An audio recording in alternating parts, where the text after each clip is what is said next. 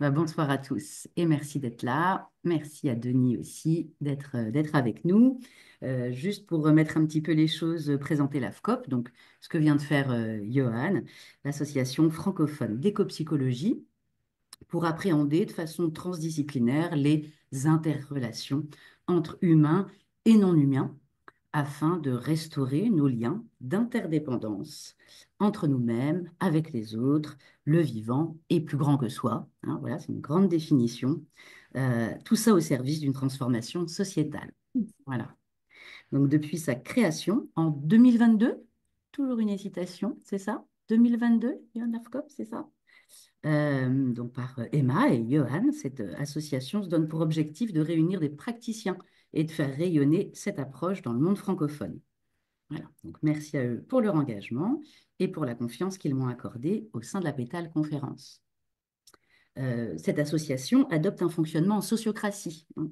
Donc, chacun se voit confier des rôles et moi, j'ai pu donc être soutenue dans l'organisation de tout un cycle de conférences fin 2024 et 2025. J'en profite du coup pour remercier aussi tous les bénévoles qui font fonctionner cette association. Et pour moi, en tout cas, l'idée qui a guidé le choix des intervenants pour ce cycle et les intervenants à qui j'ai proposé d'être avec nous, c'est l'idée de liens à tisser avec des invités qui ne relèvent pas forcément de l'éco-psychologie, du champ de l'éco-psychologie, mais dont les réflexions, les visions, les pratiques peuvent nous enrichir et réciproquement. Voilà un petit peu ce qui m'a guidé dans le choix des personnes à qui j'ai proposé d'intervenir. Et donc ce soir, nous recevons Denis Christol, consultant et chercheur en intelligence collective, qui englobe et expérimente un large champ de connaissances autour de l'apprendre au sens large, et où il fait s'entremêler différentes disciplines et approches, hein. Et il est aussi auteur de plusieurs ouvrages autour de la pédagogie, autour de la facilitation. Il est créateur de formations aussi, de séjours, et aussi d'un écolieu, hein, d'un lieu un peu Oui, je vous en parlerai. expérimental, hein, voilà, dont tu parleras en deuxième partie, je crois. Voilà. Ce soir, il va donc nous présenter une vision élargie de la facilitation en lien avec le vivant. On espère que ça résonnera avec vous, avec vos pratiques, avec vos questionnements, avec vos cheminements. Et voilà, ce qu'on a vu avec Denis, là, c'est qu'on allait faire ça en deux parties. Un premier temps un petit peu théorique pour prendre un petit peu de recul sur cette question de facilitation avec le vivant. Et puis on aura un temps de questions-réponses, d'interaction. Et puis ensuite, Denis nous présentera une partie un peu illustrative, voilà, pour incarner, concrétiser, illustrer ces propos plus théoriques. Et puis un autre temps d'échange et puis une conclusion. On se quittera à 20 heures. Voilà. Denis, à toi. Un immense merci pour votre accueil. Rien qu'avec cette introduction et les buts de votre association, je me sens en famille, donc j'en suis très heureux. Donc moi, je vis dans le parc régional du Haut-Languedoc, qui est en pleine nature. Euh, je me suis rapproché de cette région qui est ma région d'origine au décès de ma maman pendant le Covid pour être plus proche de mon papa qui est en maison de retraite. Et j'ai exercé une carrière dans l'administration au CNFPT en tant que directeur de l'ingénierie et des dispositifs de formation. J'ai travaillé en école de commerce, en école d'ingénieur. Mon dernier job, c'était directeur de l'innovation à l'association Progrès du Management, qui est une association qui fédère 9000 chefs d'entreprise. Et, euh, et donc, j'ai décidé de créer mon activité. Donc, avec mon épouse, nous créons une activité avec l'idée de reconnexion au vivant. Voilà, cette reconnexion au vivant, on la veut à travers nos animaux, qui sont nos ânes. Alors les ânes, c'est des symboles de robustesse et de patience. Et dans le monde qui vient, ça nous semble être des bons symboles, hein, d'une certaine façon.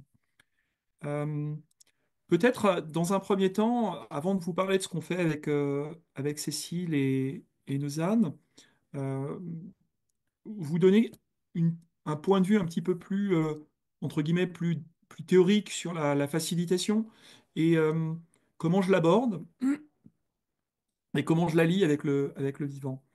Euh, donc d'abord, la facilitation, eh bien, c'est quelque chose qui est à la fois extrêmement ancien et qui reprend une certaine modernité actuellement.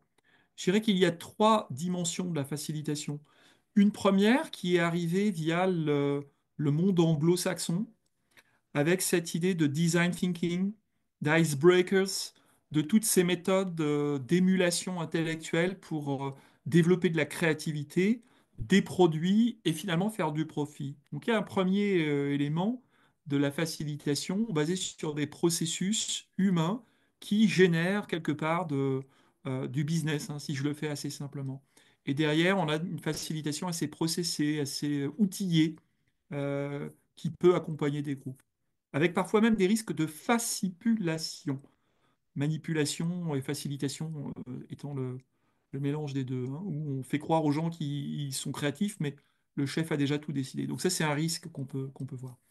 Un deuxième courant de la facilitation est un courant qui vient plutôt du monde scandinave, où dès l'après-guerre, les Scandinaves prennent l'habitude de créer des cercles, cercles d'études notamment groupes qui se réunissent et qui apprennent ensemble, hein. Vous parliez de la sociocratie au démarrage.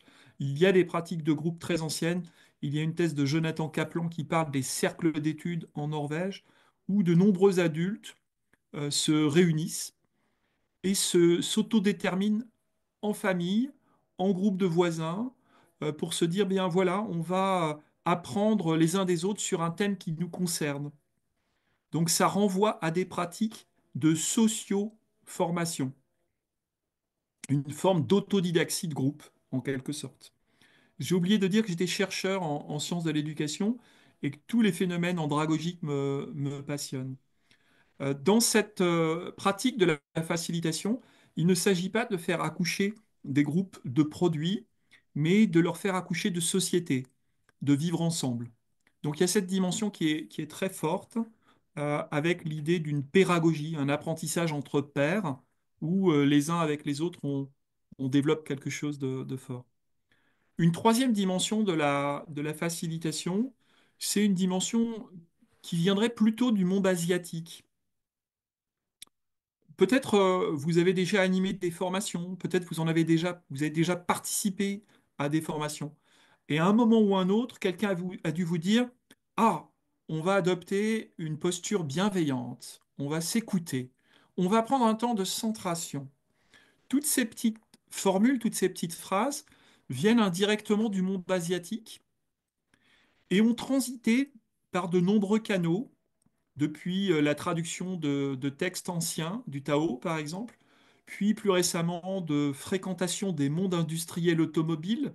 Vous connaissez les travaux de Ford qui a industrialisé la production de voitures.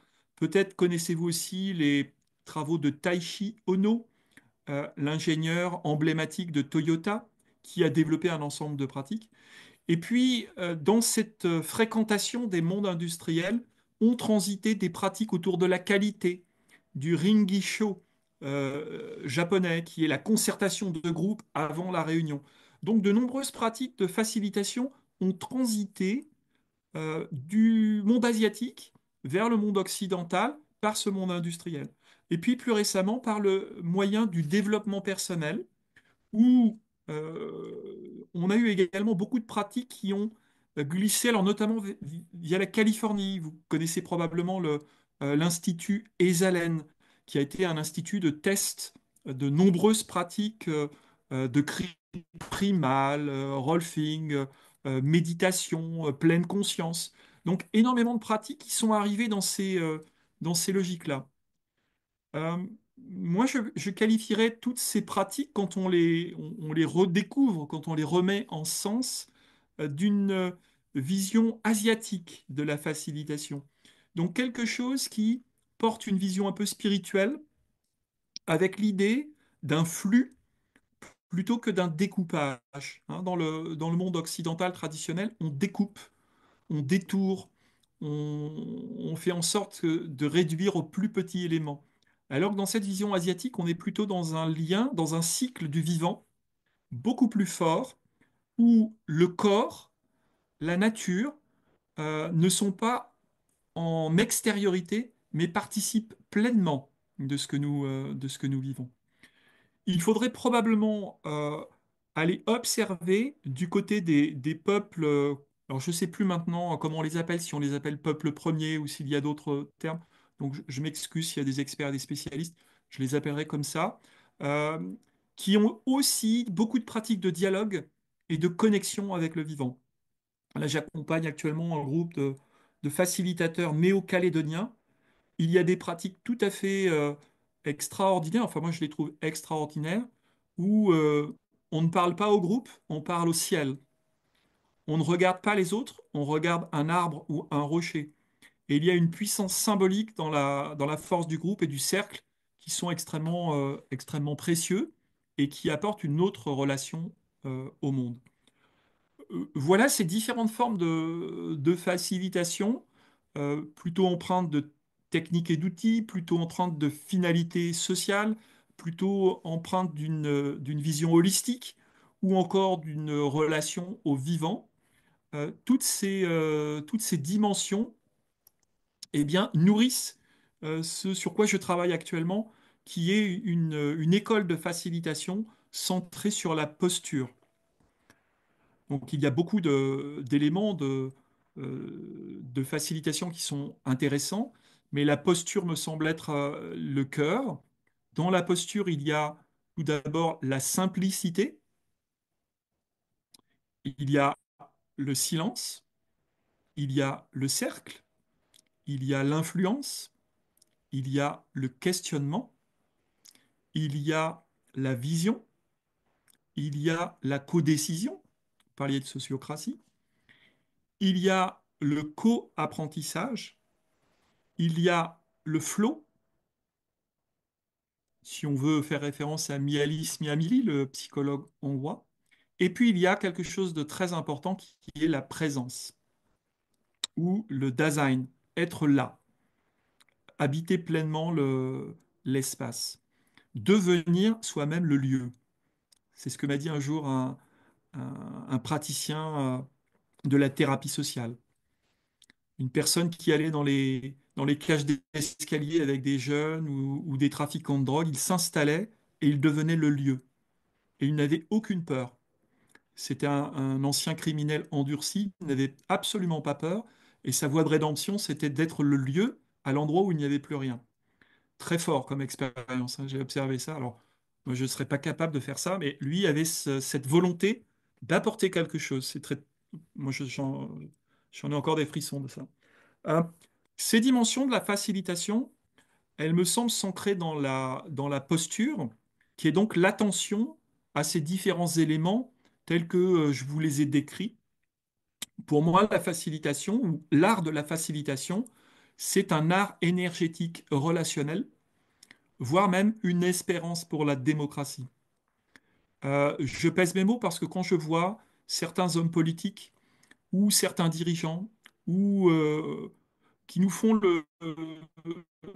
la démonstration consternante du non-dialogue. Je pense que nous avons, lorsqu'on travaille en facilitation, des choses à apporter pour recréer de l'apaisement. Euh, voilà quelque chose déjà sur les bases de la facilitation. Alors, je vais maintenant glisser sur la facilitation avec le vivant. Dans l'apprentissage que j'ai mené des arts énergétiques internes chinois, j'entends par là le Qigong ou le Tuina. Eh bien, il y a quelque chose de la relation au vivant, hein. Le Tuina, c'est le massage énergétique chinois qui consiste à la digiponcture, c'est-à-dire qu'on remplace des aiguilles par la pression des mains. Donc c'est moins douloureux, ça pique un peu moins, mais c'est des massages profonds. Et ce que j'ai découvert dans l'approche du Tuina, c'est cette idée que l'énergie qui est bloquée dans un corps peut circuler si on agit avec intention sur ce corps. On peut agir avec intention sur ce corps, mais sans intention sur ce corps. Alors, c'est un peu le paradoxe chinois du Wu Wei, où l'action sans force. Autrement dit, pour produire des effets en massage tuina, il y a l'idée d'être soi-même complètement détendu, complètement décontracté, pour ne pas transmettre une tension. Moi, si j'étais tendu, je transmettrais ma tension à l'autre. Mais le fait d'être complètement décontracté, d'être détendu, fait qu'il y a une action de corps à corps qui circule. Et donc, le massage tuina, allié au Qigong, est une pratique qui vise à refaire circuler l'énergie dans un corps humain. Euh, je me suis formé à cela pendant 5 ans. Et au fur et à mesure que j'écoutais, que je pratiquais, je me disais, mais il y a probablement quelque chose à faire avec le corps social. Autrement dit, j'ai fait des transpositions de cette circulation énergétique d'un corps humain à un corps social, avec l'idée de pouvoir faire circuler les énergies. Et pour faire circuler les énergies, eh bien, j'ai utilisé la même idée que ce masseur chinois qui oublie d'avoir une intention sur le corps de l'autre, qui est simplement, qui laisse faire ses mains. Et d'une certaine façon, c'est apprendre un art de l'effacement. Un art de l'effacement. La facilitation est pour moi un art de l'effacement, c'est-à-dire occuper la plus petite place possible, n'être qu'un sillage dans le chemin que l'autre doit se construire par lui-même. Et qu'est-ce qui vient nourrir le chemin? Alors, si je le connaissais par cœur, je vous citerai le poème d'Antonio Machado, hein, Le chemin n'est pas le chemin, mais qu'est-ce qui vient nourrir ce chemin? Eh bien, c'est le vivant qui est autour de soi, qui est en soi. Un gros travail de recherche que j'ai pu mener sur les environnements pédagogique, c'est de distinguer les environnements d'apprentissage conçus comme des décors. Donc on a le bon prof, on a la belle salle, on a les bonnes ressources pédagogiques, le bon matériel, le bon ordinateur. On place l'apprenant dans le décor et on dit il va apprendre. Et on oublie toute son intériorité, sa trajectoire, sa vision du monde, sa sensibilité. Ça m'a amené à considérer, toujours dans la perspective asiatique à laquelle je me réfère, à la notion de milieu. Le milieu est tout à fait différent de l'environnement, alors que l'environnement est distal, concret, objectivable. Le milieu est beaucoup plus subjectif, interne, fruit d'une singularité, d'une histoire particulière. Le milieu, tel que je l'utilise, est une reprise d'un concept développé par Augustin Berck, un géographe qui a fait sa thèse en Asie. Et dans son idée du milieu, eh bien, le milieu est trajectif. Autrement dit, il est à la fois à l'intérieur de soi et à l'extérieur de soi. Et ce sont les relations, la co-construction réciproque du milieu et de l'individu qui composent le réel. C'est très étranger de la pensée binaire occidentale où il y a moi, le monde, le vrai, le faux, le haut et le bas. Dans l'idée de Augustin Berg, il y a plutôt une transformation continue et réciproque, liée aux trajectoires, liée au vécu singulier. Autrement dit, on peut vivre le même environnement, on peut être tous les deux en train de contempler une montagne, mais toi, tu as une expérience de la montagne, tu as fait de nombreuses descentes, et pour toi, la montagne renvoie à des sensations, à des promesses de glisse et de plaisir. Mais moi, pas du tout. Je suis issu d'une région où il n'y a pas beaucoup de montagnes, et la montagne me fait peur. C'est un inconnu. Donc le milieu a vraiment cette dimension d'être plutôt un paysage que l'on construit par son regard et par son mouvement, par son action. Alors, opérationnaliser le milieu dans le cadre du vivant, eh bien, c'est considérer que le milieu se construit en mouvement. Ça n'est pas un donné statique et qui serait posé une fois pour toutes. c'est un petit peu moins ça qu'une co-construction qui se fait en mouvement. Le milieu, eh bien, il s'effectue. On a une expression qui dit l'effectuation, c'est-à-dire qu'il se réalise pas à pas. Donc là, je me réfère aux travaux de Francisco Varela, un neurobiologiste, qui, dans les années 80 déjà, nous disait il n'y a de cognition qu'incarnée, que passant par le corps. Et ça, c'est quelque chose qui nous incite à nous mettre en mouvement, à apprendre en mouvement. Alors, apprendre en mouvement et de préférence dans la nature, dans ce qui va nous entourer et ce qui va nous toucher, nous stimuler, que nous allons co-construire et faire exister en même temps que cette nature nous co-construit et nous fait exister. Élisée Reclus nous dit euh, l'humain, c'est la nature qui prend conscience d'elle-même. Il y a quelque chose d'inséparable et de symbiotique entre nous et le vivant. Donc la meilleure façon de l'éprouver, eh bien, c'est de se situer effectivement dans des forêts, dans des proches de rivières, dans des collines, dans des montagnes, parce que nous avons un lien indéfectible. Et pourtant, eh bien, nous sommes en train de le perdre. Notre civilisation, notre société est en train de perdre le lien au vivant. Un jeune adolescent, actuellement 14 ans, vivant en ville, savez-vous combien il sait reconnaître de feuilles d'arbres différentes? Quelqu'un va ouvrir son micro et tenter une réponse. 3. 3, Une, une, c'est sévère. On serait plutôt du côté de 7. la provocation. Alors maintenant, ce même adolescent, toujours dans notre milieu urbain, savez-vous combien il est capable de reconnaître de marques commerciales? Une quarantaine? J'aurais dit 30. Il est capable d'en reconnaître 140.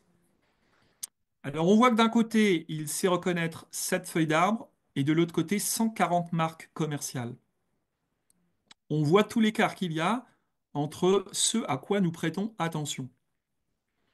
Malheureusement, nous ne sommes pas comme dans les pays scandinaves qui disent il n'y a pas de mauvais vêtements, il n'y a pas de mauvais temps, pardon, il n'y a que de mauvais vêtements.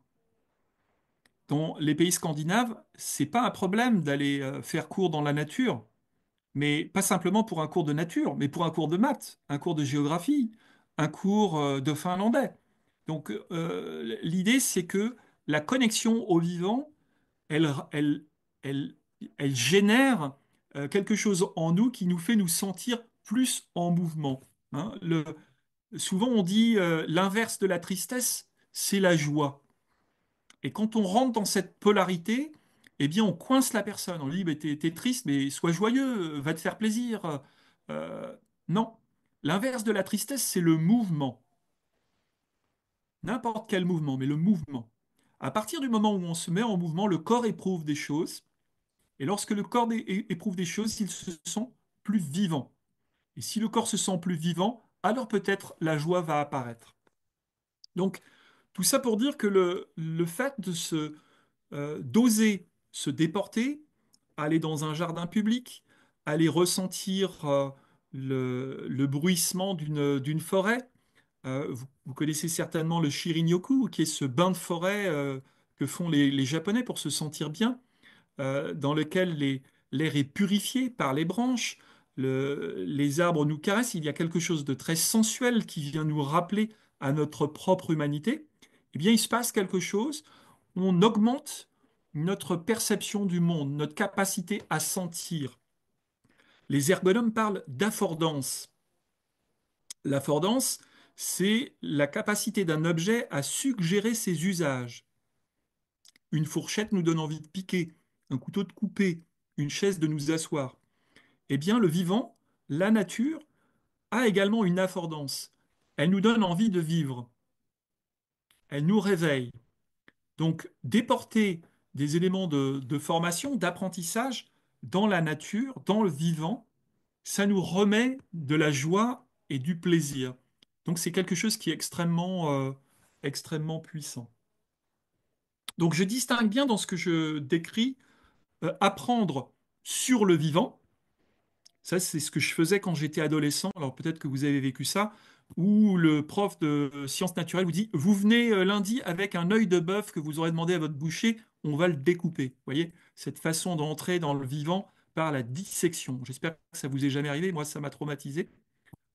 Et donc, on découpait un œil de bœuf pour découvrir le vivant. Ça, c'est une façon d'apprendre sur le vivant. C'est assez affreux, hein, n'ayez pas peur, Anne. Euh, et puis, il y a à apprendre avec le vivant. Donc, c'est probablement utiliser les ressources du vivant, les expériences possibles du vivant, les risques, les découvertes, les surprises que le vivant peut nous apporter. Cette dimension organique. Il y a là beaucoup de choses à explorer actuellement. Je pense à plusieurs voies qui sont extrêmement intéressantes. Tout d'abord, la permaculture humaine, c'est-à-dire une transposition des principes de la permaculture, hein, développée par Holmgren notamment, où on va observer comment les plantes poussent les unes à côté des autres. Et on sait qu'il n'y a pas de mauvaises herbes. Il n'y a que des herbes dont on n'a pas découvert les propriétés. Dans la même façon, dans les groupes humains, il n'y a pas de mauvais éléments. Il n'y a que des éléments dont on n'a pas encore découvert les propriétés. En tout cas, j'ai envie d'être le plus positif possible. Il y a également la bio-inspiration ou biomimétisme. La planète a 5,4 milliards d'années d'existence et 3,8 milliards de vie.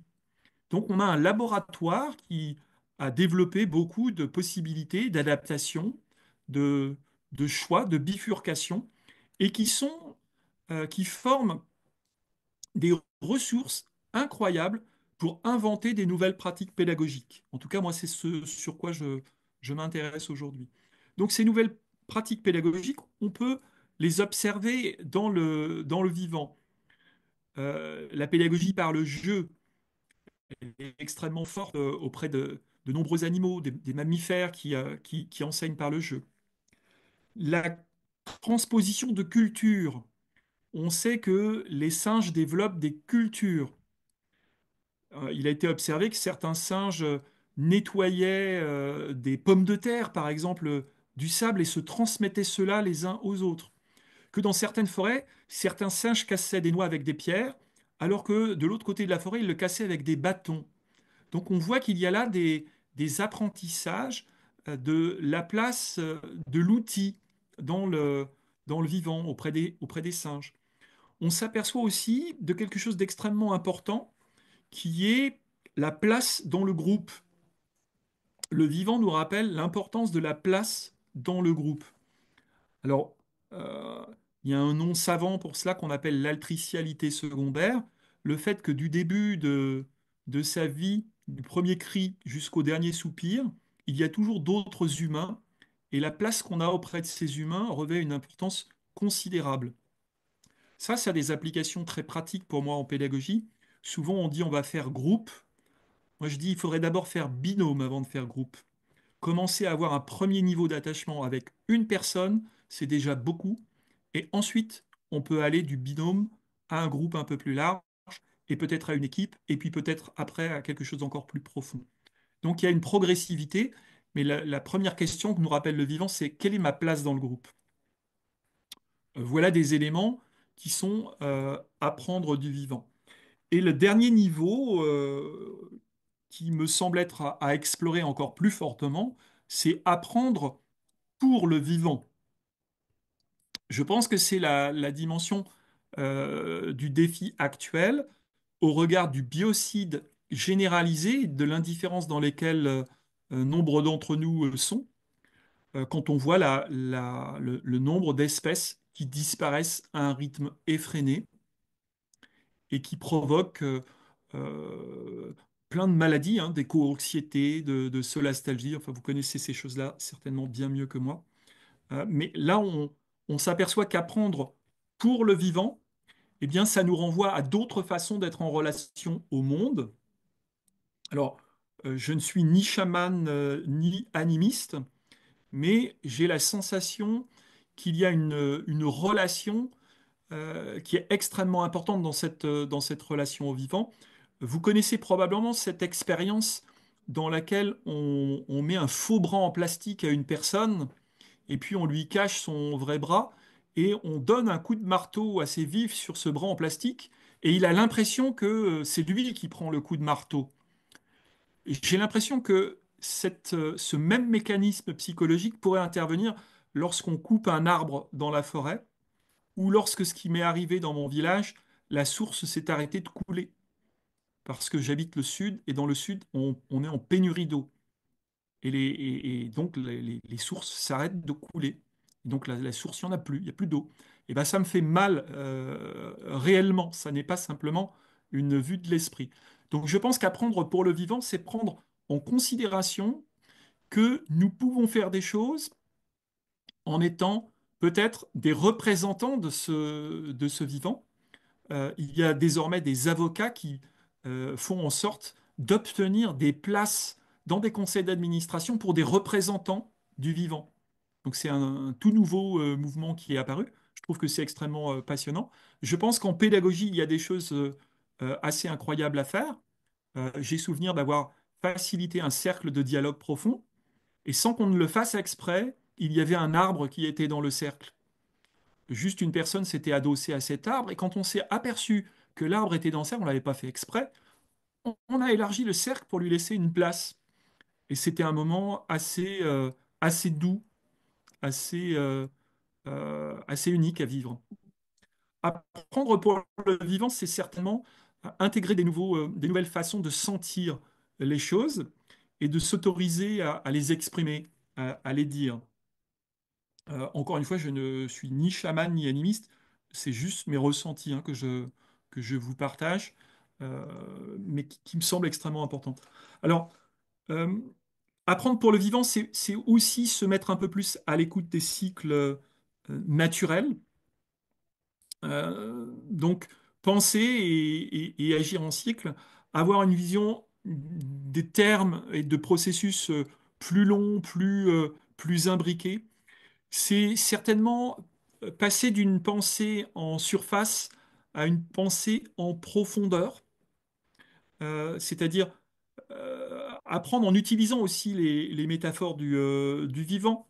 Moi, j'utilise beaucoup quand je travaille sur des problématiques d'intelligence collective, les différentes formations de vol d'oiseaux, que ce soit les murmurations des tourneaux, les vols d'oies sauvages ou les vols libres des hirondelles. On a là des illustrations de possibilités du vivant d'intervenir. Donc, apprendre aussi pour défendre et protéger cela parce que cela nous enseigne, cela nous renforce. Voilà rapidement quelques éléments. Apprendre du vivant, c'est bon. Là, je ferai une deuxième partie, mais c'est aussi apprendre à régénérer la terre. Hein, j'ai repris la maison familiale. Il y avait une vigne à côté. Il y a eu tellement pendant des décennies de pesticides et de cochonneries jetées dans la vigne qu'il n'y a pas grand-chose qui pousse. Donc, comment régénérer la terre pour qu'elle redonne à nouveau des choses? Donc, ça, c'est des vraies questions. Donc, c'est réapprendre des cycles naturels que nous avons perdus. Enfin, moi, j'ai vécu beaucoup en ville, que j'ai perdu. Et là, c'est de redécouvrir aussi ce que ça peut nous apporter. Et le fait de prendre soin de la terre, c'est d'une certaine façon aussi prendre soin de soi. Faire pousser des arbres pour les autres, c'est se relier au vivant d'après. C'est penser aux générations futures. C'est aussi prévoir du bien-être pour les autres. Hein. Je commence à planter des jujubiers, qui sont des arbres qu'on voit dans le désert du Sahel, parce que je me dis, ils sont minuscules aujourd'hui, mais peut-être que dans 100 ans, je serai mort et ça sera peut-être les seuls arbres du coin, parce que les autres n'auront pas résisté aux transformations climatiques. Voilà, donc apprendre pour le vivant, c'est aussi penser des termes et des durées différentes. J'ai beaucoup parlé. Euh, Peut-être y a-t-il lieu d'échanger maintenant, de réagir à ce que j'ai pu vous proposer. Oui. Donc, est-ce que sur ces premières présentations, un petit peu des réflexions et de notions de vivant de Denis, il y a des réflexions, des questions, enfin, des choses qui résonnent peut-être aussi, hein, particulièrement.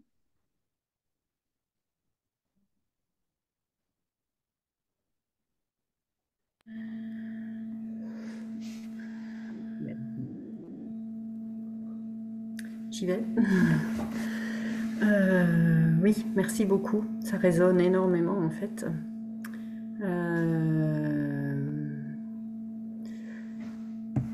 J'entendais, moi ça a fait plein de liens avec à la fois cette manière de se mettre en retrait, de faire la plus petite place pour faciliter. Je dis souvent, j'ai appris, parce que c'est pas si vieux que ça, à dire je prépare un contenant pour laisser émerger un contenu. J'avais l'impression que c'était pas plus facile, mais que ça me remettait à une juste place en fait. Ça résonne beaucoup avec ce que j'ai essayé de faire il y a quelques années, d'utiliser en milieu scolaire les méthodologies Moi je peux. Alors c'était basé sur du design thinking, Yes I can, où on essayait de. Alors ça a été repris par l'enseignement catholique sous le terme les bâtisseurs du possible. Où l'idée était voilà, d'apprendre, d'enseigner autrement, hein, carrément, de remettre les enfants, les jeunes, qui redeviennent acteurs, donc à nouveau à reprendre que l'enseignant reprenne une juste place plus modeste, en fait, on en est là. Donc tout ça, ça m'inspire énormément. J'ai revu le film récemment, je pensais à l'association Le Lichen en France, j'ai revu le film l'autre connexion, documentaire là aussi, voilà. Donc tout résonne en fait, toutes les attentions, simplicité, silence, voilà, c'est ce que je m'efforce de mettre en place. Donc merci, parce que c'était un résumé. Je pensais à Jean-Philippe Pierron avec quand on passe entre l'environnement et le milieu, là, comment on est imprégné, mais c'est venu aussi de l'école de transition intérieure, Johan, voilà, il nous a appris tout ça avec Emmanuel il y a 2 ans, là. Donc comment on est imprégné, comment on porte ça en nous et que voilà. Donc les mots, j'ai appris plein de mots là, c'était tout très très beau, très très beau tous ces mots. C'est nouveau pour moi, hein, en tout cas, mais qui résonnent tellement en fait. Voilà, je voulais juste témoigner de ça. Après, j'ai adoré aussi on parle au ciel, on regarde un rocher. Voilà, comment. Je pense qu'aujourd'hui, il y a un vrai, si je me dis, il y a un vrai travail personnel à faire, hein, pour adopter une nouvelle posture d'être au monde, d'être à la vie. Et puis après, il y a peut-être, ça c'est un passage presque obligé, c'est quels outils, quelles ressources on fait pour transmettre ça et pour intégrer ça lorsqu'on facilite. Voilà, c'est là où je pense moi j'ai encore beaucoup de choses à creuser et à expérimenter en tout cas. Par l'expérience toujours, évidemment. Voilà, merci beaucoup Denis, merci.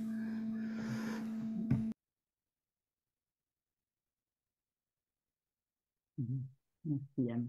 Est-ce qu'il y a d'autres échos, d'autres remarques, d'autres questions?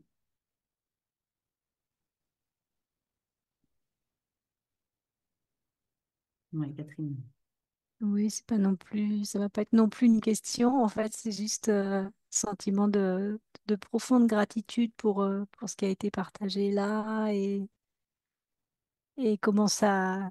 Je me dis toujours que tout est juste quand ça vient là avec mon projet de rucher des possibles, cette question de la place du facilitateur qui vient tellement en lien avec voilà, qui remet dans une posture de grande humilité.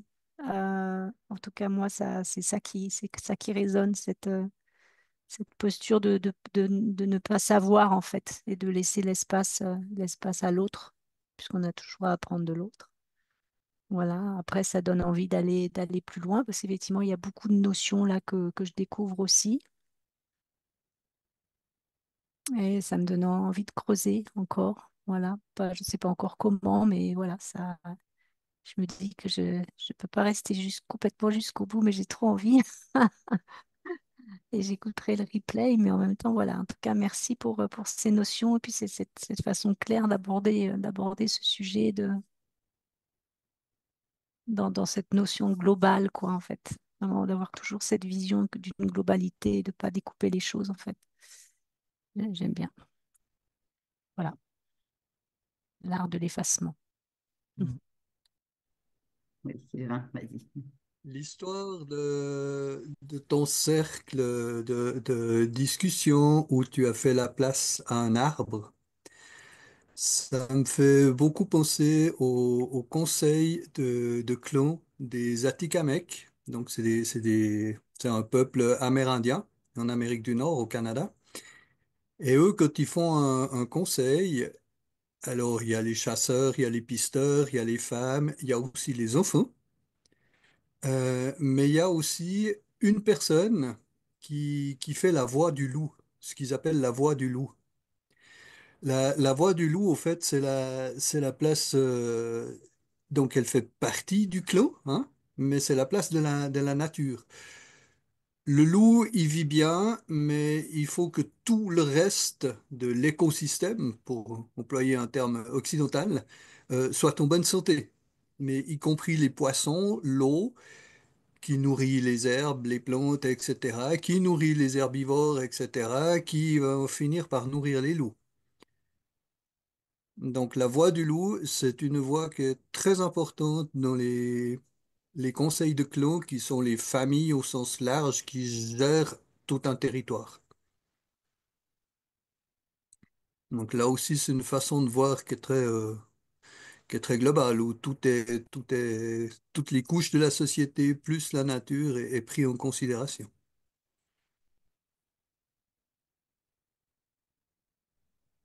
Mhm. Merci Sylvain. Ouais. Moi, ça m'a évoqué aussi, enfin, au-delà de, ouais, de la vision globale que tu donnes, et puis même un petit peu les racines de la facilitation, hein. C'est intéressant aussi d'entendre les différentes inspirations qui amènent à la facilitation. Mais en tout cas, dans ce que dit Sylvain aussi, moi, ça me faisait penser au Conseil des êtres, hein, qui est une pratique qu'on peut faire aussi, quoi. Où chaque personne peut représenter aussi un autre élément du vivant, en fait, hein, et s'exprimer aussi en son nom, voilà, sur une question. Donc, un cheval, un arbre, une anémone, voilà. Et Johan a levé la main. Vas-y, Johan. Yes. Euh, oui, merci Denis. Moi, ben oui, ça résonne aussi sur plein de points. J'avais une question. Oui, c'est avoir ton avis ou ton retour par rapport quand tu accompagnes des groupes, des collectifs, sur cette manière d'emmener la facilitation, le processus où finalement le facilitateur ou facilitatrice prend pas de place ou minimise sa place, s'efface par rapport à ce qui émerge. Je voulais voir ton retour par rapport justement au vivant. Quand tu facilites, est-ce que dans le collectif, cette manière de faciliter permet de faire émerger davantage de place dans le collectif par la suite, euh, ben, ce lien au vivant? Est-ce que d'emmener ce type de facilitation permet après d'imprégner dans le collectif finalement tu vois, quelque chose qui vient davantage les connecter? Voilà, ça c'est une question et un retour. Euh, je dirais qu'il y a plusieurs configurations. Donc moi, je, je fais de la formation à des facilitateurs plutôt expérimentés, hein, des gens qui ont plutôt de l'expérience, soit en salle, donc j'ai un parcours qui développe ça en salle, soit dans la nature avec mes ânes. Et je vous présenterai un diaporama qui présente un peu ça, que je fais avec mon épouse, soit en distanciel. Là, les facilitateurs avec lesquels je travaille en Nouvelle-Calédonie, qui sont juste des gens extraordinaires, qui vivent des choses extrêmement fortes, on arrive malgré tout à communiquer de cœur à cœur à distance, hein. C'est assez incroyable malgré tout cette technologie, ce que ça nous amène comme catastrophe et en même temps comme possibilité. Euh, je dirais que ça ouvre quand même beaucoup plus quand on est dans la nature, je trouve, hein. Euh, Quand j'ai des groupes à Paris, hein, je fais les formations en général à Paris, je les emmène dans des jardins publics et je leur propose des exercices de marche en conscience et simplement ressentir ce qui se passe. Et puis, après avoir marché pendant 20-25 minutes, de faire le tri de ce qui se passe en matière de sensations, d'émotions, de perception, de cognition, de sentiments. Et déjà, d'essayer de trier tout ça après une marche en conscience, ce n'est pas si facile que ça. Mais quand ils essayent de faire le repérage de leurs états internes en étant connectés, ils vont ressentir qu'ils ont été appelés par un arbre, par une pelouse, par une statue, par ce qu'il y a dans le jardin. Et c'est déjà assez fort. Par contre, lorsqu'on fait cela avec nos ânes en pleine nature, c'est beaucoup, beaucoup plus puissant. Par exemple, je travaille à un exercice que j'appelle exercice de la toupie, où tu marches avec une intention en tête et avec ton âne. Donc tu dois à la fois avoir une intention, un objectif, et en même temps tu dois faire attention à ton âne. Si tu n'y fais pas attention, la première chose que fait l'âne, c'est de s'arrêter pour aller manger. Il mange 18 heures par jour, hein, donc c'est son plaisir, sa nécessité. Donc si tu ne gères pas l'intériorité et puis l'extériorité, eh bien, tu perds le fil de l'âne. Mais si tu n'es que concentré sur l'âne, tu perds ton fil intérieur, hein. Donc, c'est assez compliqué de marier. Alors, en anglais, il y a deux mots pour ça, hein. Il y a consciousness et awareness. Et donc, marier ces deux choses-là dans cette pratique, c'est une découverte qui est vraiment intéressante et qui est permise par le rapport à l'animal. À un moment donné, lorsque l'individu réussit à avoir cet équilibre balancé entre son intériorité et puis la marche de l'animal à ses côtés, se produit parfois un moment assez gracieux, qui, moi, je trouve que c'est magique, où tu n'as même plus besoin de tenir l'animal par sa longe, tu peux la poser sur son encolure, et l'animal marche à tes côtés, sans avoir besoin d'instruction ou d'ordre. Il le marche parce qu'il a envie, parce qu'il se sent en proximité. Ça, c'est une pratique qui est extrêmement intéressante comme métaphore de l'accompagnement. C'est-à-dire, ça va se produire quand tu as appris à prendre soin de l'autre, hein. Une des participantes que on avait emmenée comme ça euh, dans la forêt ressentait que lorsqu'elle prenait soin de l'animal, l'animal l'écoutait et la respectait. C'était très puissant comme expérience. Donc, l'animal, il nous renvoie cette capacité de sentir nos états intérieurs et donc nous rend beaucoup plus vivants, nous rend beaucoup plus à l'écoute de micro-signaux, de choses assez subtiles en quelque sorte. Donc je trouve que pour le coup, l'expérience là de la relation avec l'itinérance, l'animal, tac, où est-ce qu'il est? Voilà, il est là, partagé. Euh, je vais le mettre en mode diaporama. Donc, je travaille avec mon épouse. Donc on vivait à Paris, hein, comme je vous l'indiquais. Et au décès de ma maman. Et donc, on s'est retrouvés à aller vivre dans le parc régional du Haut-Languedoc. Et on s'est dit qu'on allait travailler ensemble à la conception d'un lieu d'accueil, un labo d'apprentissage expérimental, par et pour le vivant avec des ânes en auxiliaire pédagogique. Voilà. Et là, vous voyez un de mes ânes, un de nos ânes, qui a une larme à l'œil. Alors, on dit que les animaux n'ont pas d'émotions, ils ont beaucoup d'émotions. Et là, c'est un jour où la première fois, on l'a mis dans un van et il était inquiet, il avait peur. Donc, les ânes ont des émotions. Rêve de Dana, c'est l'idée de la régénération de la terre et de l'éco-construction d'un petit lieu d'accueil, formation en milieu rural. Donc, le hameau fait 30 habitants et on a décidé d'y construire un petit centre de formation de 80 mètres carrés en bois le plus naturel possible, avec 360 degrés au milieu d'une petite oliveraie, des oliviers qui sont centenaires. Donc c'est vraiment l'idée de créer un écrin pour accueillir des groupes et penser vraiment à ça. Donc là, vous voyez le lieu en construction. Donc on a commencé à construire une écurie, un garage, un poulailler. Euh, Moi, j'ai été extrêmement touché que les personnes du village viennent nous accueillir et nous aider à construire notre projet, alors que je pensais qu'arrivant en tant que Parisien, on serait mal reçu. C'était mes représentations mentales. Et c'est tout l'inverse qui s'est passé, les gens sont venus nous aider.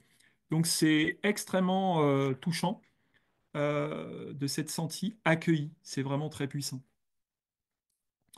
La première chose qu'on a faite, c'est de récupérer l'eau.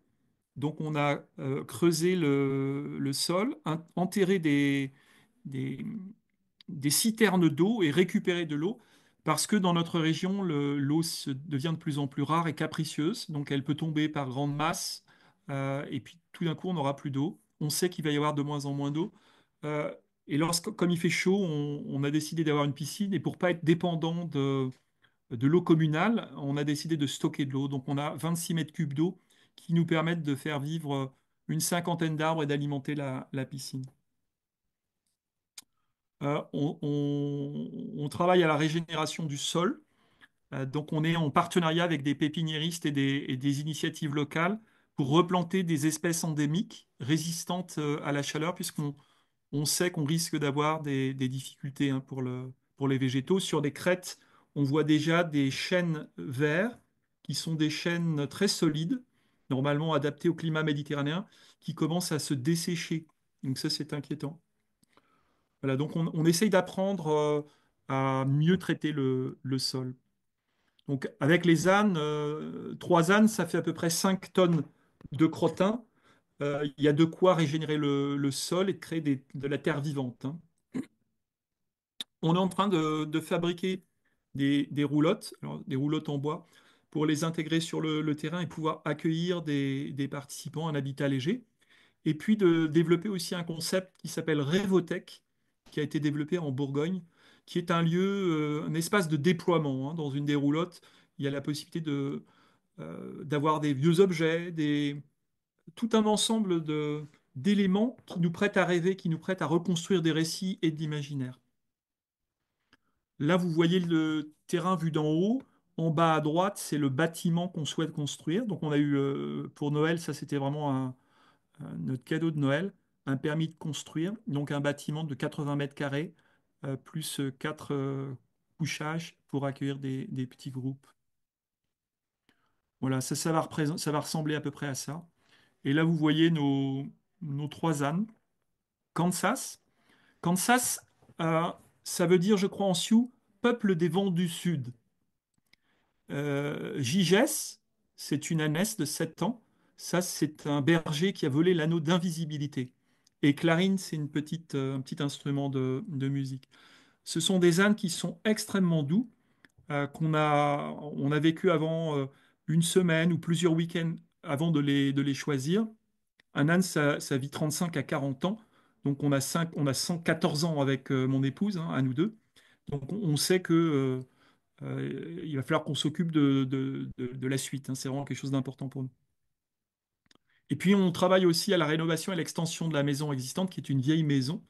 Donc l'idée, c'est de mettre des panneaux solaires, de l'isolation et de travailler avec le plus possible des biomatériaux.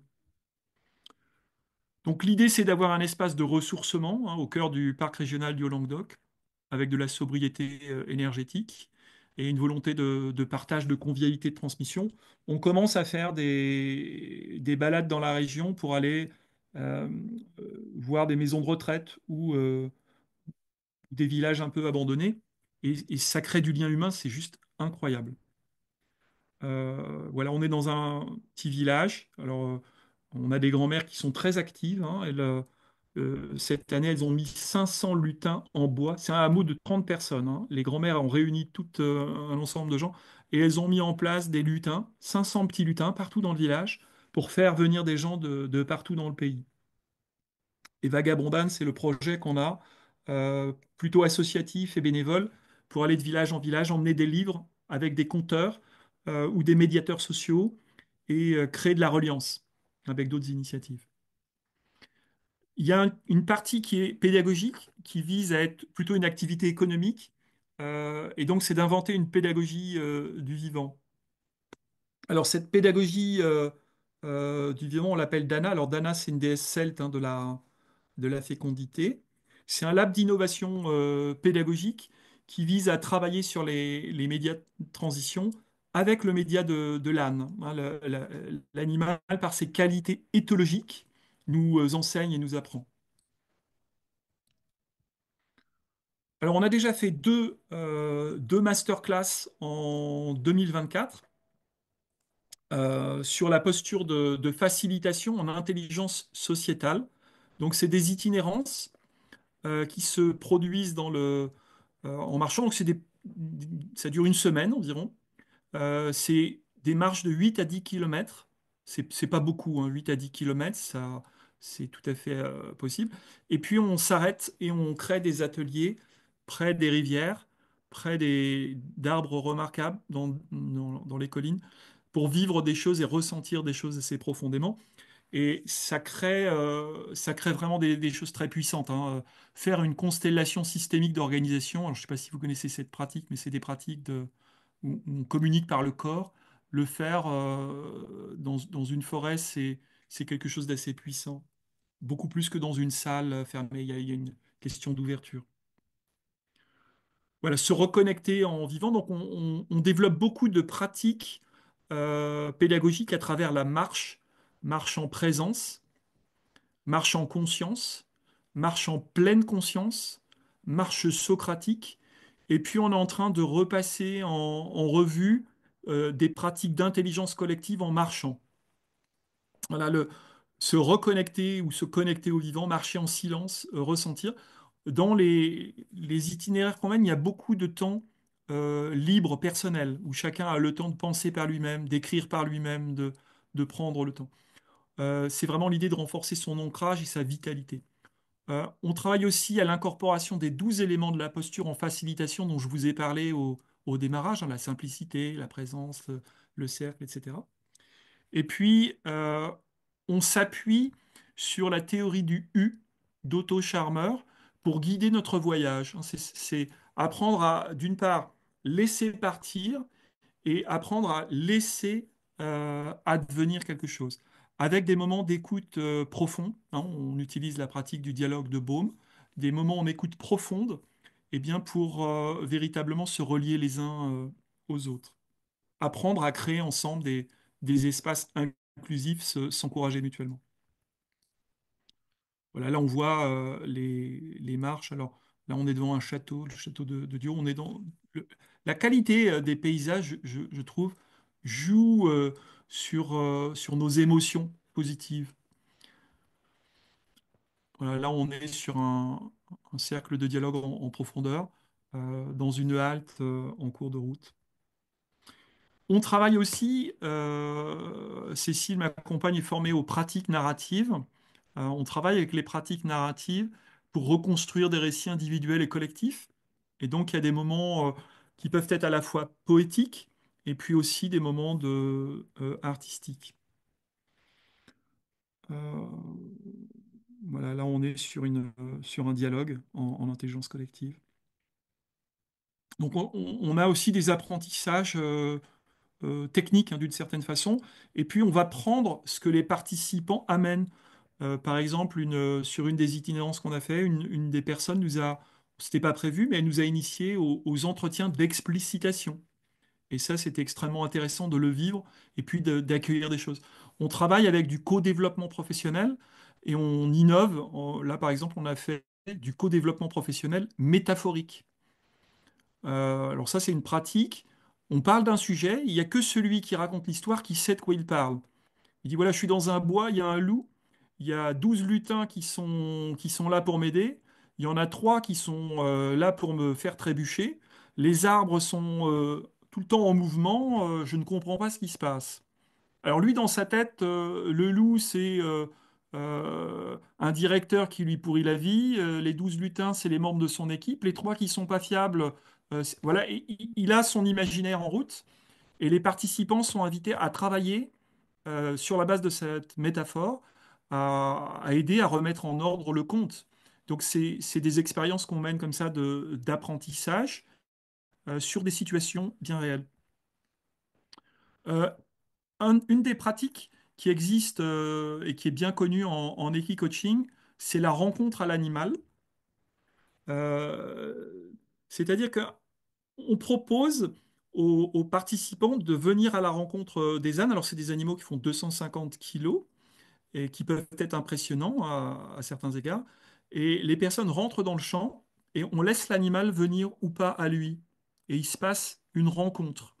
Et ensuite, on essaye de décrypter ensemble pourquoi la rencontre s'est passée de telle ou telle façon. L'âne a une capacité assez incroyable de pouvoir écouter battre notre cœur, d'avoir une qualité de contact émotionnel extrêmement fort. Donc ça, c'est des moments assez forts de l'itinérance. Voilà, marcher en présence, en silence, retrouver aussi une forme de sérénité intérieure. Alors bon, moi j'ai le défaut d'écrire beaucoup, donc je propose à ceux qui le souhaitent de lire hein, plein d'ouvrages. Et puis retrouver des équilibres, apprendre à se disposer. C'est l'expression que je propose aux facilitateurs, apprendre à se disposer. Disposition physique comme une disposition mentale. Et à des moments, on essaye d'exprimer par la dimension euh, poétique et artistique, là c'est du land art, de retrouver l'âne en soi, l'âne comme animal totem. Qu'est-ce qui nous enseigne, qu'est-ce qui nous apprend? Donc là, on est au bord du lac du Salagou, c'est un grand lieu de nature dans l'Hérault qui est très beau, si vous avez l'occasion d'y passer. Et on essaye de travailler à concevoir une œuvre artistique, une trace de notre passage. Voilà, là, ça, c'est un témoignage d'une jeune entrepreneuse euh, qui témoigne voilà, ce qu'elle a appris, se connecter à soi, pourquoi au monde sensible, conscientiser, faire évoluer sa posture. Elle a appris à quoi servait l'autorité, à sécuriser le cadre lorsqu'il existe une relation de prendre soin. Elle a découvert que elle obtenait plus de l'âne lorsqu'elle en prenait soin, lorsqu'elle le brossait, lorsqu'elle lui parlait, lorsqu'elle était très attentive à lui, plutôt que de vouloir lui imposer ou lui donner des ordres. Hein. L'âne ne fait pas les choses par contrainte. Euh, on ne dresse pas un âne, on l'éduque. Et on apprend aussi quelque chose qu'on appelle le conditionnement négatif. C'est l'augmentation progressive des marges de liberté.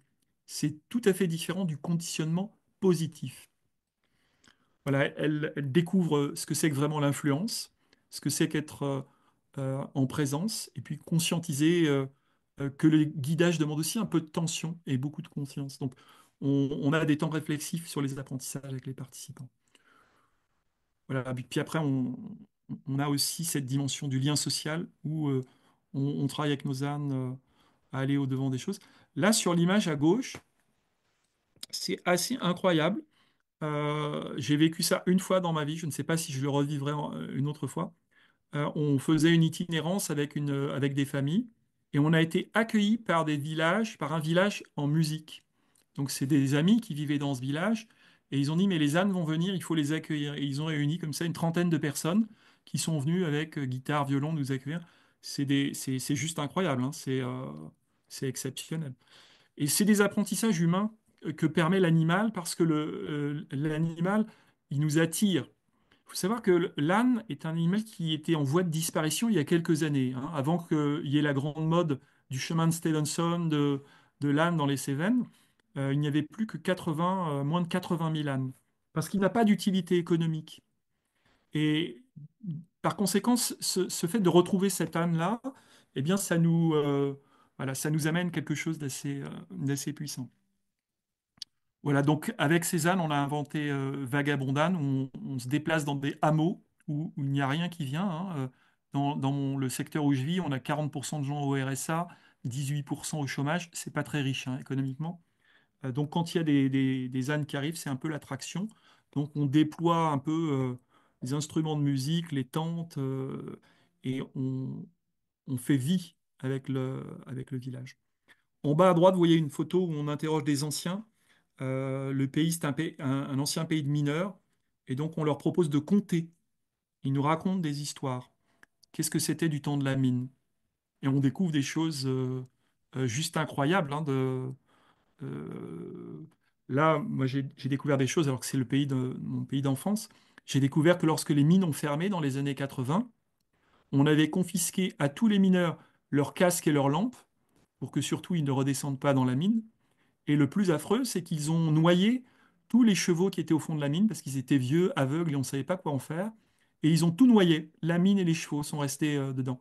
C'est des histoires épouvantables, mais les vieux ont ça en tête. Alors ils ont d'autres belles histoires, hein, je vous rassure. Mais ça nous donne quelque chose d'assez fort de rencontrer ces témoins vivants du territoire, hein. Il y a une dimension territoriale dans ce qu'on essaye de vivre. Voilà, donc cette année, on est en train de préparer des itinérances, hein. Si vous êtes intéressés, vous êtes les bienvenus. On travaille sur des itinérances autour de la robustesse. On travaille à une itinérance autour de la facilitation. Donc, c'est deux qu'on a faites en 2024.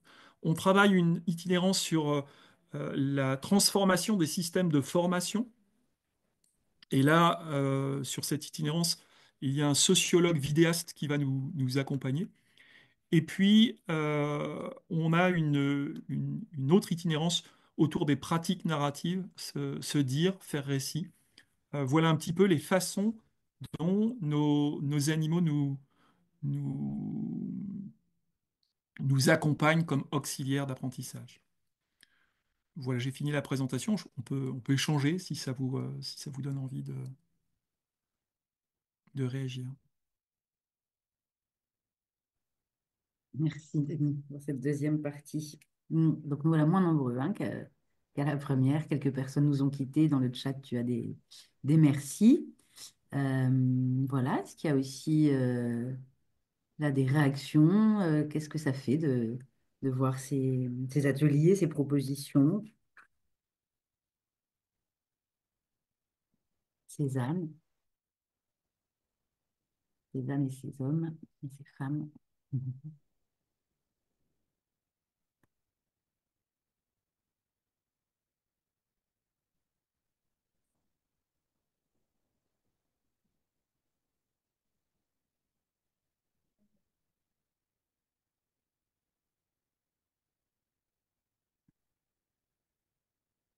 Oui, moi, je veux bien.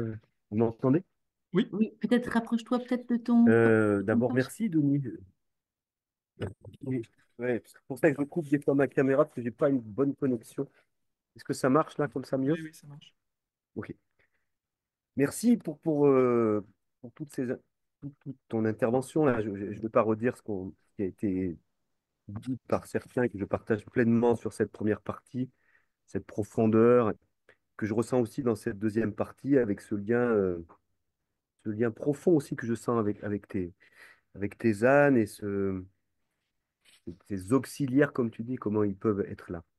Et moi, j'ai eu l'occasion de pratiquer pendant pas mal d'années de l'équithérapie avec des jeunes en psychiatrie et je vois bien, voilà, l'image ou cœur à cœur avec l'âne, ou c'est pas moi, c'est avec des chevaux, mais je vois bien de tout ça. Donc, je suis très, très sensible à tout ça et je suis très convaincu de tout ça. Il y a quelque chose que je partage pleinement.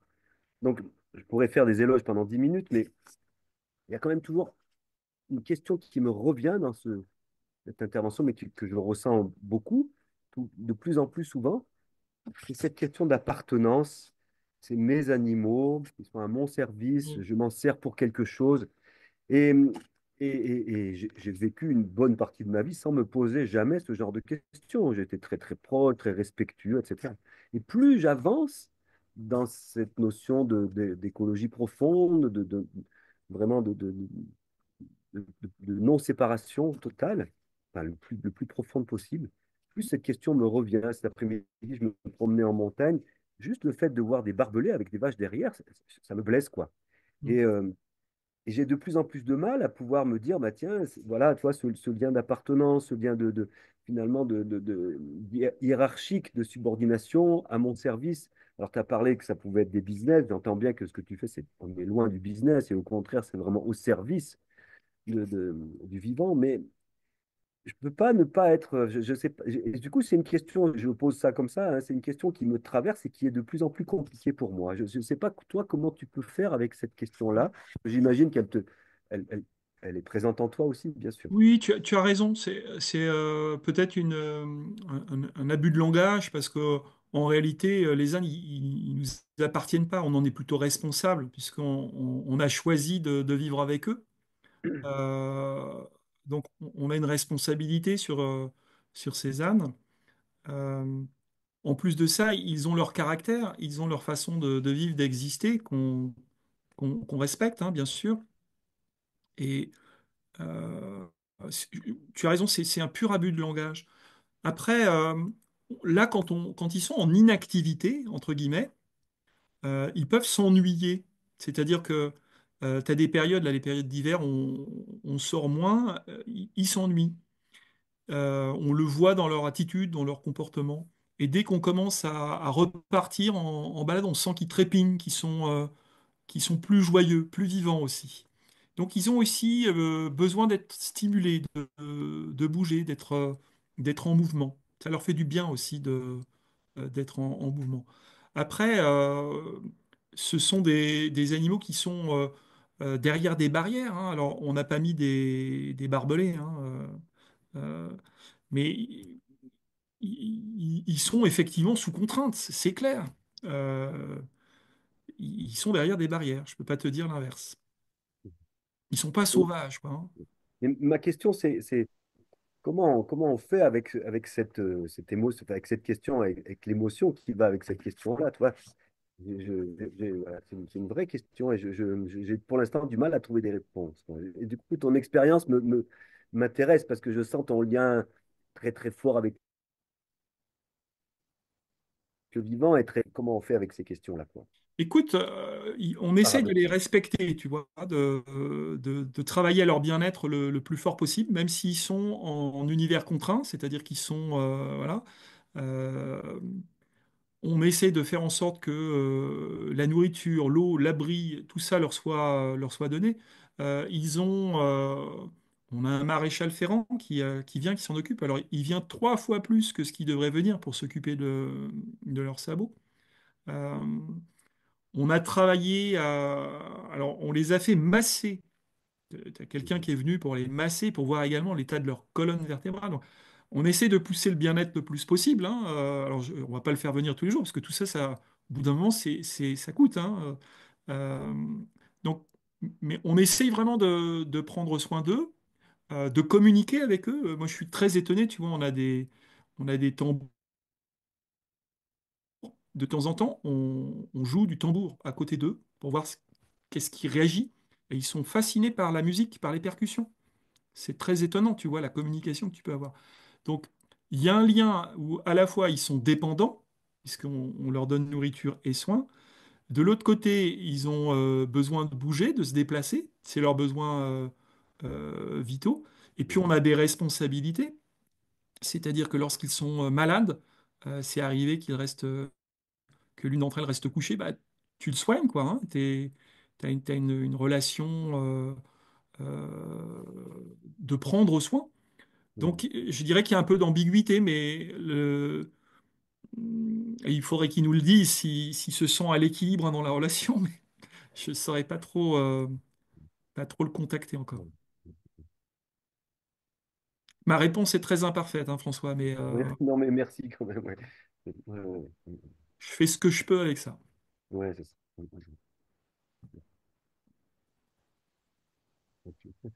Moi, c'est mes chats qui viennent me voir, là, tu vois. Là, c'est la même chose. C'est la même chose. Pour ma part, Denis, j'ai entendu un mot là dans ta dernière intervention qui résonne en moi. C'est le côté sauvage. Tu as dit sauvage. Le- L'âne, effectivement, n'est pas ou n'est plus un animal sauvage. Il y en a encore au Tibet, mais enfin, c'est pas tout à fait la même affaire, quoi. Euh, L'être humain, pour beaucoup, il est plus tellement sauvage non plus. Il est pas mal domestiqué. Pour avoir vécu assez longtemps chez les Indiens, ils ont une façon de penser, une façon de vivre D'ailleurs, maintenant, ils ne le prennent pas mal du tout. Quand eux, ils disent nous sommes sauvages, ça veut dire pour eux, nous sommes libres. Mm. Donc, les animaux sauvages sont effectivement des animaux libres. Maintenant, traiter un animal domestique en animal domestique, je pense que c'est très bien le traiter. Effectivement, tes ânes, si tu les traitais en animal sauvage, ils n'arriveraient pas à se débrouiller très longtemps dans la nature, enfin ce qui reste de la nature en Europe. Donc moi, tu as bien dit aussi que tu ne les dressais pas, mais tu les éduquais. Moi, je travaille beaucoup avec un chien-loup, donc c'est un mixte entre un chien et un loup. Et ce que je dis aussi, c'est que le chien-loup, je ne le dresse pas, je l'apprivoise. Mm. Donc, c'est aussi une façon d'avoir un... C'est plus un outil, mais c'est un associé dans le travail. Et je ressens très fort que toi, avec tes ânes, c'est ça que tu cherches et c'est ça que tu as, c'est des associés avec toi. C'est clairement des associés. Alors déjà, on vend nos stages hein, avec nos ânes, mais ça n'est pas rentable. Il faut être clair. On ne pourrait pas vivre avec ça. Moi, je vis avec des formations que je fais à côté. On aimerait bien pouvoir en vivre. Donc le côté instrumental, il est quand même relativement limité. Pour moi, ce qui est vraiment important, c'est de vivre des expériences fortes, des relations fortes, et puis de découvrir d'autres choses. C'est ça qui nous meut d'une certaine façon. Et il y a cette qualité quand tu vois comment, tu vois, mon papa est à la maison de retraite à 3 kilomètres de chez moi. De temps en temps, on va le voir avec un âne. Mon papa a 93 ans, il est plus en très bonne santé. Mais quand l'âne est là, il y a quelque chose qui se passe. Il y a quelque chose de, je ne sais pas comment dire, d'humanité, de vivant, de sapience.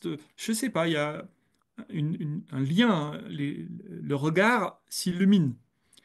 Et l'animal a une forme de curiosité aussi par rapport à quelqu'un qui est plus sensible, plus fragile. Il le ressent complètement. Donc c'est vraiment, moi je trouve très puissant de pouvoir s'offrir ça aussi euh, mutuellement.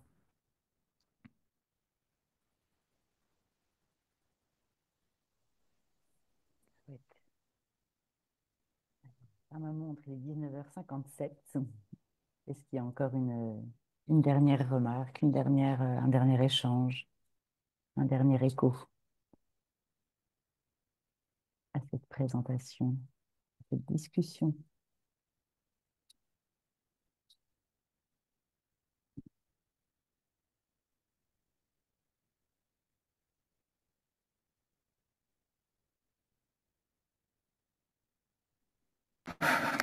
Je dis juste un grand merci à nouveau pour les deux parties qui étaient très riches l'une comme l'autre. Je pense que j'irai repiocher dedans à l'occasion. Donc merci pour ce partage et puis bonne chance à tous ces projets en fait. J'ai envie de dire, Merci. voilà, bonne vie. Mhm. Oui, voilà, on peut se souhaiter donc du coup une bonne fin de soirée à tous et une bonne vie, c'est bien ça. Hein. Mm. À tout le monde, je vais arrêter l'enregistrement.